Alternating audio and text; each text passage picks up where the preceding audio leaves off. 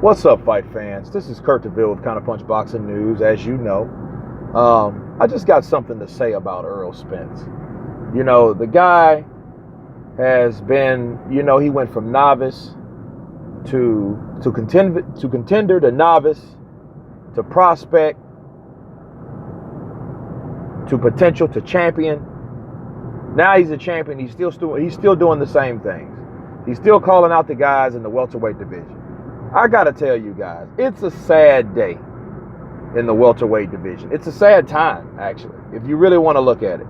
I've been holding my tongue on the welterweight division, trying to let things lie. But, this channel, I talk non-biased. I don't care who you are. I don't care what you look like. I'm going to tell you how it is. And how it is in the welterweight division is pathetic. Errol Spence, being as young as he is, having a piece of the welterweight title, should not have to call out guys like Danny Garcia or Keith Thurman or Sean Porter. You know what I mean? They're always trying to duck this particular guy. Why? It seems like to me you'd want to fight the guy when he's younger, when he's fresh. You know what I'm saying? Don't wait until 2020 or whatever. You know what I'm saying? And I mean, you wouldn't get titles for cherry picking if you didn't do so. There's a reason you have stereotypes, right? You know what I mean? Because some aspects of certain people have to be true to be called that, or they have to do so many things, the same thing many, many times to be put in that category, right? Well, Danny Garcia, I know he lost to Keith Thurman. He's butthurt about that because he thought that he would hold that O forever. You know what I mean? That's due to Floyd Mayweather making that O so important in people's career, right? But that's not what it's all about. It's about fighting the best, and then in Spence, he had a good thing. I just seen his press conference again, a little piece of it, and this is what's sparking this conversation, right? If Spence has to wait to 2020 for Keith Thurman, why do it? Because Keith Thurman, he don't want to fight Errol Spence. Danny Garcia, he don't want to fight Errol Spence.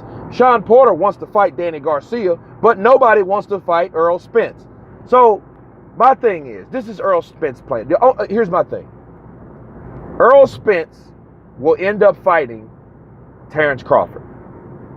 Okay? Win or lose, Errol Spence will have to leave the welterweight division because there won't be anyone there after he beats Crawford or if Crawford beats him. I give Crawford the edge, but then again, Crawford is untested at welterweight, so it would kind of be premature to say, honestly speaking. But he does have the skill set. I do see him as the next Mayweather, but that's another conversation, another video. Okay, but Errol Spence. He will fight Terrence Crawford because Terrence Crawford will fight him. Because there's no bitch in Terrence Crawford.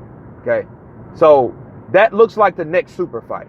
So all you guys talking about Danny Garcia or Sean Porter or Keith Thurman, those guys, they're not really, and their fight was mediocre when they fought.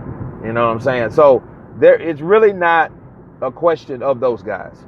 Those guys are obsolete. They won't fight anyone.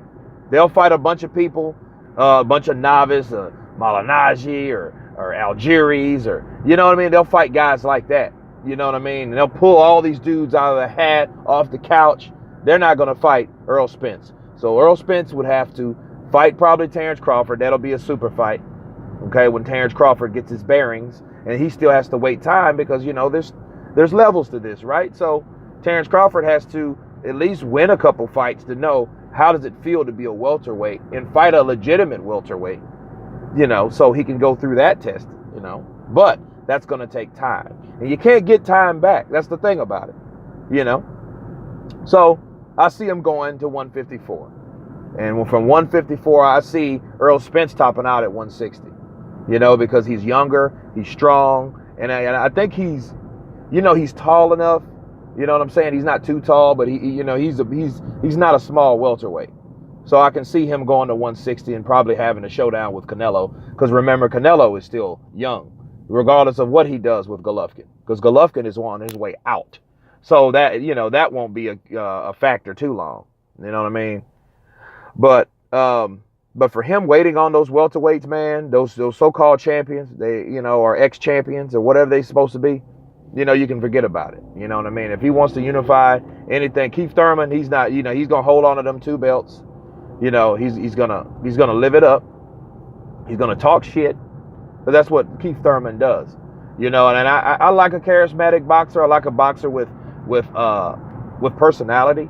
But what I don't respect and what I don't like is ducks and fear. You know what I mean? You want to have fear into this game of boxing, dude. Go do something else. Go commentate.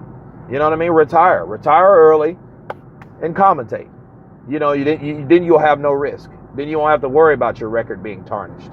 You know what I mean? Everybody's trying to be like Mayweather. Everybody's trying to be like Money Mayweather. No one's trying to be like Pretty Boy. Pretty Boy was the guy that fought everybody. You know what I'm saying? So, but yeah, that's my plan for Earl Spence, and that's what he should do. You know what I mean?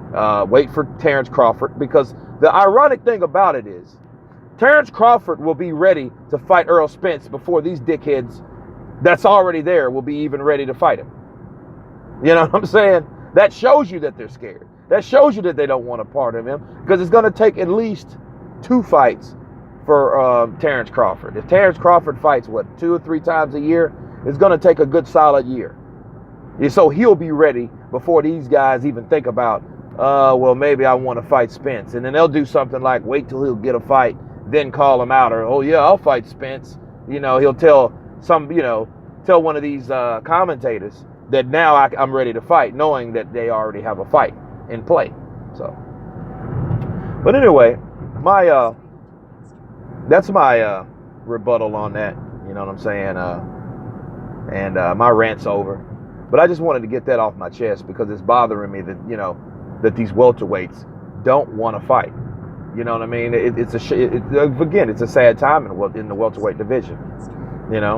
So that's just like De La Hoya never fighting Trinidad, or Ike Corte never fighting De La Hoya, or Ober Carr never fighting Ike Corte.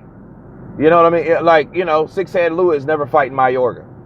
Like, these fights have to happen. That's what made the fight game great. You know what I mean? That's why people are running the UFC and all that, because they want to see the best fight the best. And it don't take long in UFC. Oh, you hear he wants to fight this guy? Then they fight. Right? That's what happens. The fight gets made. There's no questions asked. So boxing should go back to that. And you guys been counterpunched. Peace.